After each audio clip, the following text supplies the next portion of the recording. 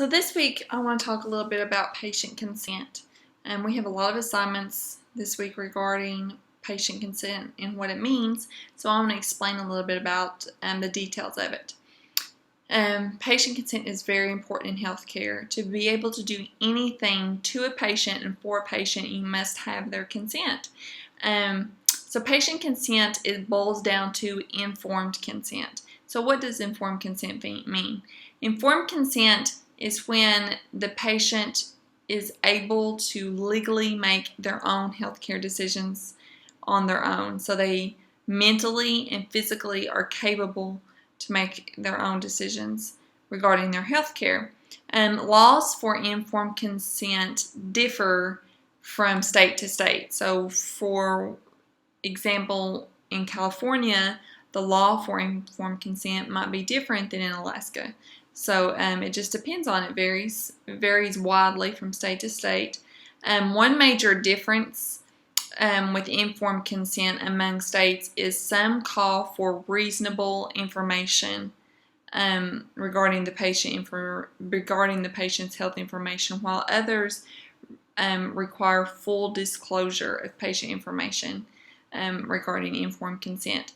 Disclosure meaning making all information known from the patient. So this pretty much boils down to that some state laws are much more specific regarding informed consent, and some are not as specific, and they can be more vague with the patient consent information.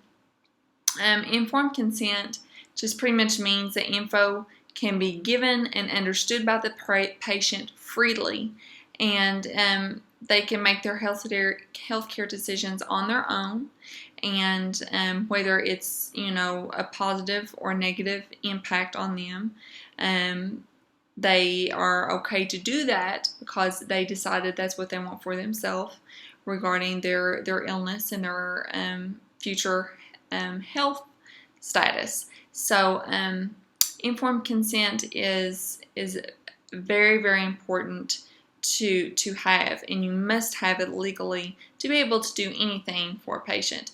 If a patient isn't able to provide informed consent, it's usually next of kin is the one that will provide that, and that's often the spouse.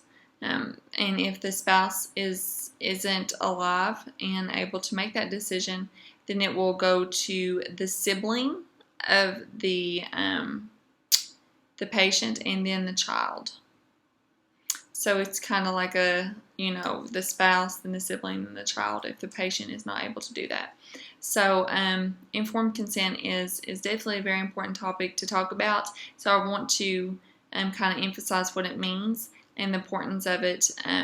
We will be doing some reading this week regarding patient consent, and we'll also be studying some specific scenarios that involve patient consent. So I look forward to seeing your thoughts and opinions on that. If you have any questions, just feel free to contact me. Thanks.